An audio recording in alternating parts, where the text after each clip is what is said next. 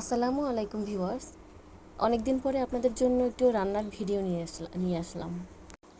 তো আজ করেছিলাম তেলাপিয়া মাছ ভুনা।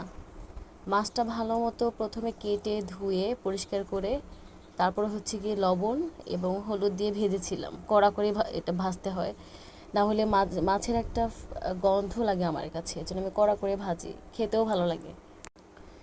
তারপরে হচ্ছে তেল দিলাম কড়াইয়ে এবং তেলের মধ্যে পেঁয়াজ কুচি দিয়ে এটা একটু ভাজা ভাজা করে তারপরে সব ধরনের মশলাপাতি দিয়ে দিলাম। মশলার ভিতরে ছিল হলুদের গুঁড়ো, মরিচের গুঁড়ো, তারপরে জিরার গুঁড়ো, ধনিয়ার গুঁড়ো দিইনি যেহেতু ধনে পাতা দিব। তো সব কিছু মশলা ভালো মতন কষিয়ে নিয়ে একটু সামান্য পানি দিলাম। পানি দিয়ে একটু কষানোর পরে তারপর হচ্ছে গিয়ে যে ভেজে রাখা যে মাছটা রেখেছিলাম সেই মাছটা দিয়ে দিয়েছিলাম। তো মাছটা দিয়ে একটু নাড়াচাড়া করে নিয়েছিলাম যাতে হচ্ছে মশলাগুলো সব মাছের গায়ে ঢুকে যায়।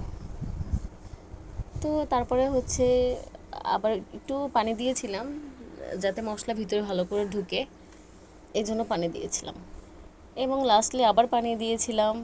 তারপরে হচ্ছে এই যে ধনিয়া পাতা দিলাম, ধনিয়া পাতা দিয়ে 4 থেকে 5 মিনিটের মতো জাস্ট ধনিয়া পাতাটা একটু নরম হওয়ার জন্য রেখেছিলাম। একটু ঢাকনা দিয়ে ঢেকে কিছুক্ষণ রেখে 4 থেকে 5 মিনিট রেখে বাস হয়ে গেল আমার তেলাপিয়া মাছ ভুনা। এই যে আমার ফাইনাল লুক। আসসালামু আলাইকুম, ভালো থাকবেন সবাই।